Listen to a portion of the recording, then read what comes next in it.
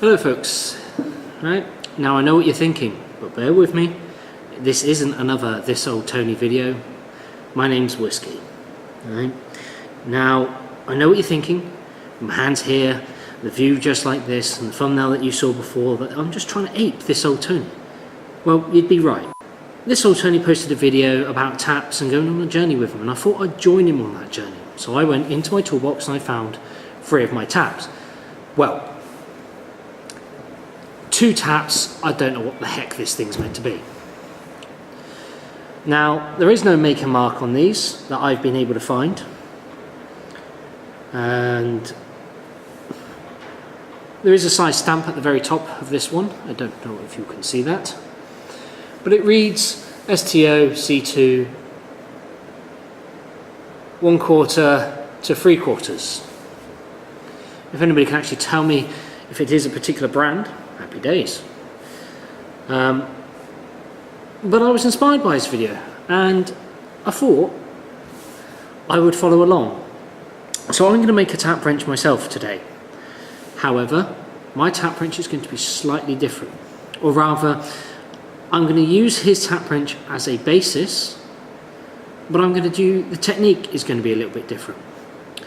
You see, the original one that This Old Tony uploaded had been turned between centres. I don't see that very often, so that's what I'm going to do today. Let's go over to the machine. Okay, here we are at the lathe, a rather well-used and abused Colchester student. Okay, 1800, just like This Old Tony. I promise you I am not aping This Old Tony. So, we're going to put centres in this. Okay, so the first thing that we're going to do is move the carriage out of the way and let's get it swapped out. Alright, let's get this chuck out, shall we?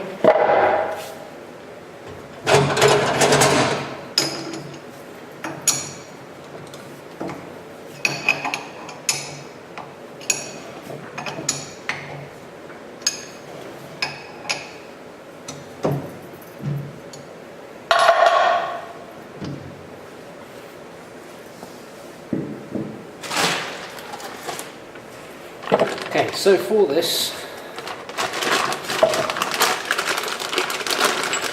I have a centre and a Morse taper adapter. These are going to go in to the spindle nose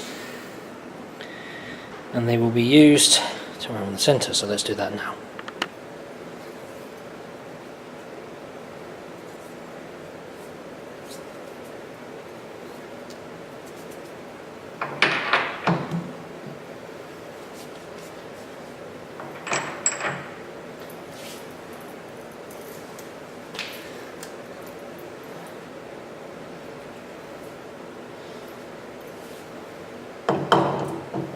And a drive plate. Drive plate's purpose being to drive the lathe dog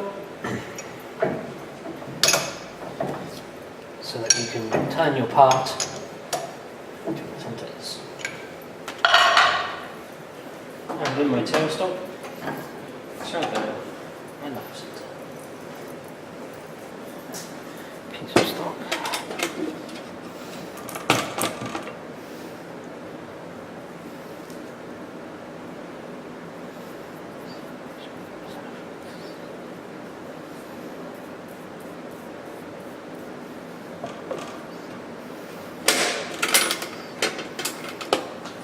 Okay, using my machinist square, I'm going to find and mark the centre of my work.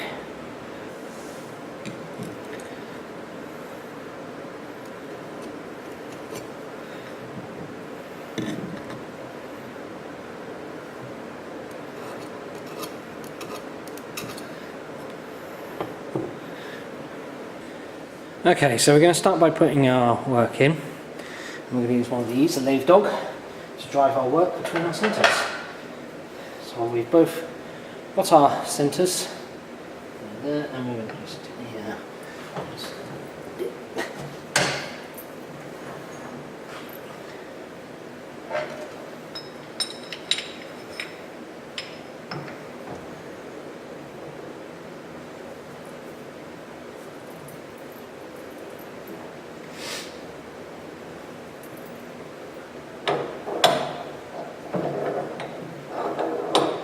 what you've got to remember is that the lathe spins this way round. So you need to make sure your dog's on here, on the right side of your drive. For a minute, and nip that up, and I'll wrench it in a minute.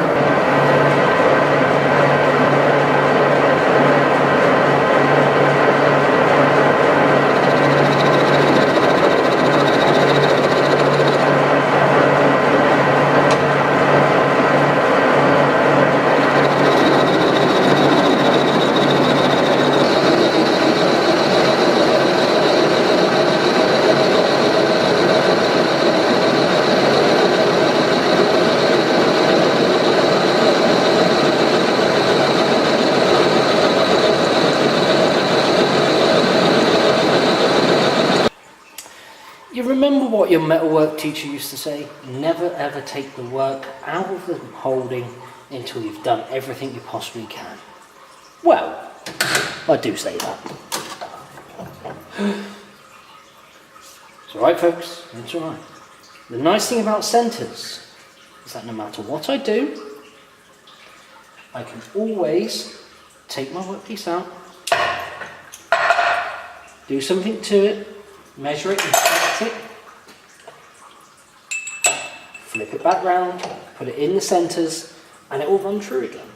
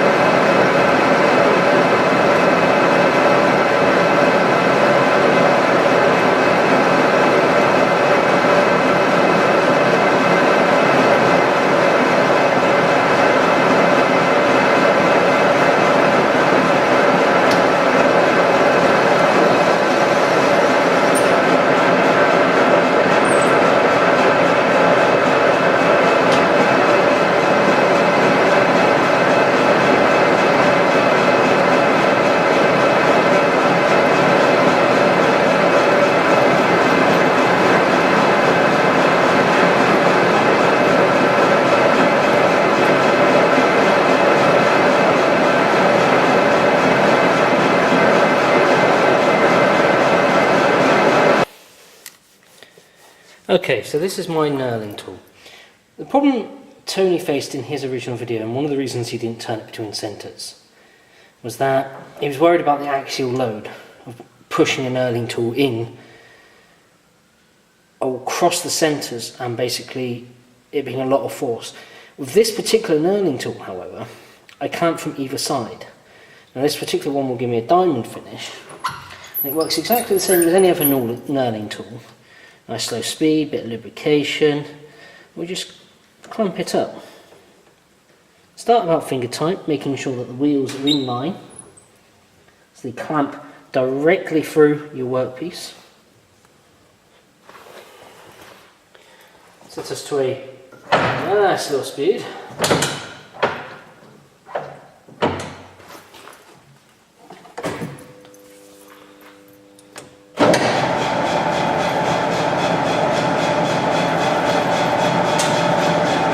Then tweak, pressure, reduce the knob.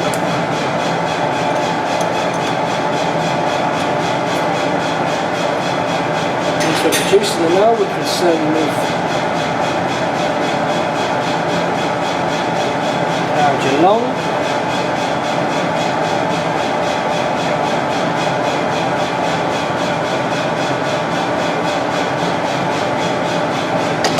Stopping to check our nail.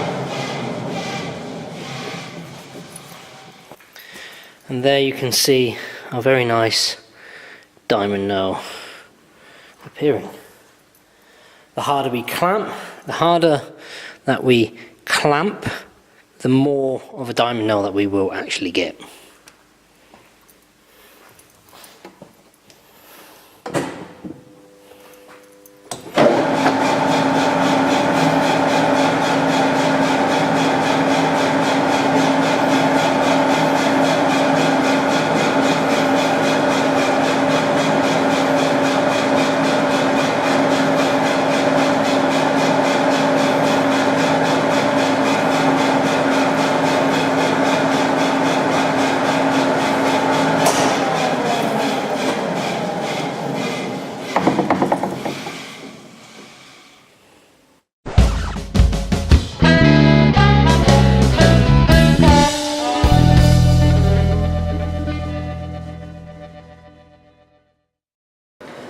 Well, you see, the important thing is, when you've been out of the YouTube game for this kind of time, you completely forget to turn the camera on when you start machining. And I finished off a good portion of this without even remembering to turn the damn camera on or even interact with the camera in any way. The good thing is, I've got another one to make. So I'm going to end this as part 1. And the next part, if I do one, hopefully I will, because I would like to do some more machining videos, will be part 2. We'll have more of the actual block and you'll get to see me turn the taper and do the thread. But in the meantime, enjoy some slow music and some close-ups of the part.